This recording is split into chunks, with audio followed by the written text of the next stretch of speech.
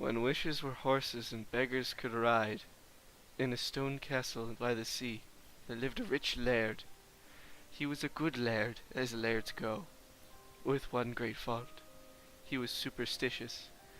He believed in things like black cats bring bad luck, and four-leaf clovers being good. This laird is a soothsayer, a fortune-teller, who one day told the laird that if he could get a pair of trousers sewn by the light of the full moon in the graveyard of an old St. Andrew's church, the trousers would bring him good fortune.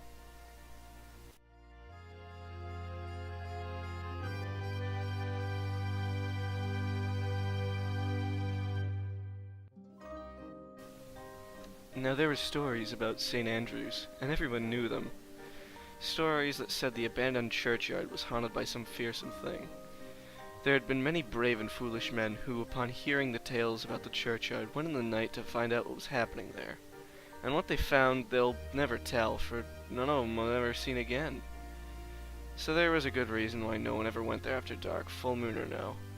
But that didn't stop the laird. "Write a proclamation," he bellowed, "a sack full of gold to the one who sews me those trews."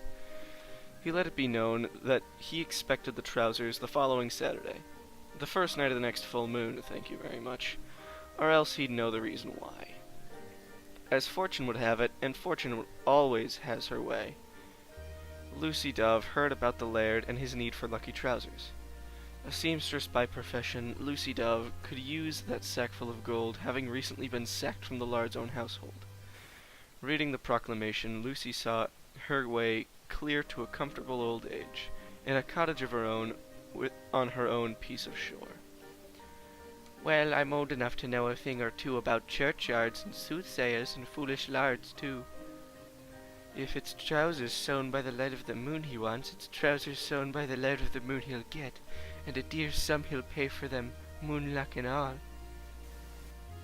With just enough money not to freeze or go hungry, Lucy Dove pulled out her scrap bag and waited for Saturday. When it came, she pinned and basted motley scraps into trousers to fit the lard, threaded her needles, and set out her shears. In the twilight space between sunset and moonrise, she gathered scraps, needles, shears, and all of into her apron and set out for old St. Andrew's.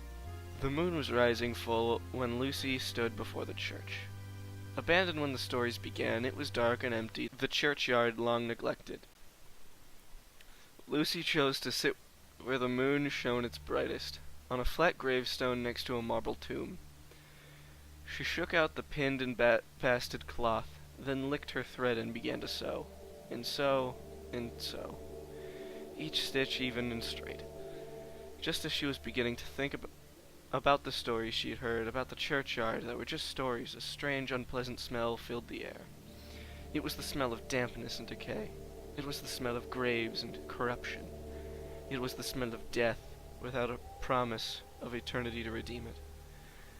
Lucy kept sewing, and the smell grew stronger and stronger still, until there was a tremendous crash and the marble tomb beside her split in two. From amidst the broken stone emerged a monstrous, misshapen head, sunken eyes burning with the devil's own fire. It spoke, "Do you see this great head of mine?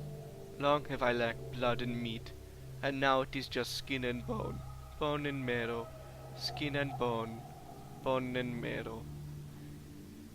Lucy's throat was dry as dust, but fixing her heart on a hearth of her own and a sackful of gold, she managed to reply pleasantly enough. Have you been here all along? I'm so sorry. I didn't notice."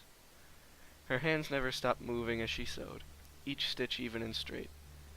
From beneath the dark earth, the fearsome thing rose higher, its ropey neck twisted and thick. "Do you see this twisted neck of mine, old woman? Long have I lacked blood and meat, so now it is just skin and bone, bone and marrow, skin and bone, bone and marrow." "Skin and bone and... oh, I know. You're the boggle who tell those stories about." Lucy's hands barely shook as she sewed, each stitch even and straight. "Stories? About me?" The boggle drew one great twisted arm out of the tomb's rubble and leaned upon it. Do they know of my fearsome visage, or how I strike fear in the hearts of the brave but foolish men? Something like that. Lucy, her hands ever moving, looked at the gruesome thing up and down and gave a little sniff. They tell them to little children at bedtime, to help them sleep, you know. Little children, the monster snarled. Bedtime stories. Look here, old woman. Lucy looked. From under the earth came the second long twisted arm. An arm that ended not in a long twisted hand like the other, but in 5 jagged claws that slashed the air and clutched for Lucy Dove, but could not reach her. Holding her breath, Lucy stitched her last stitch, knotted her thread, and leaped to her feet. Lucky trousers in hand, her old limbs given youth by the promise of success, she ran through the churchyard gate. The monster stared, confounded, giving Lucy a precious few steps. Then, "Stop, old woman, stop. No one gets away from me." The fearsome boggle yanked its second leg from beneath the earth and with angry strides gave chase after Lucy Dove.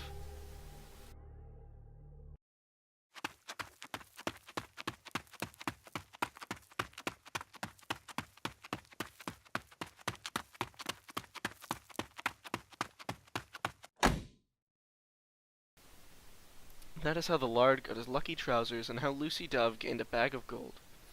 And if it was trousers full of moon luck that helped her beat a boggle in a race, who's to say yea or nay? As for that fearsome creature, it was not seen again, although it left its mark for all to see. 5 claw marks in hard stone, made as easily as the lines Lucy Dove made in the sand, in front of her own cottage on her own piece of shore.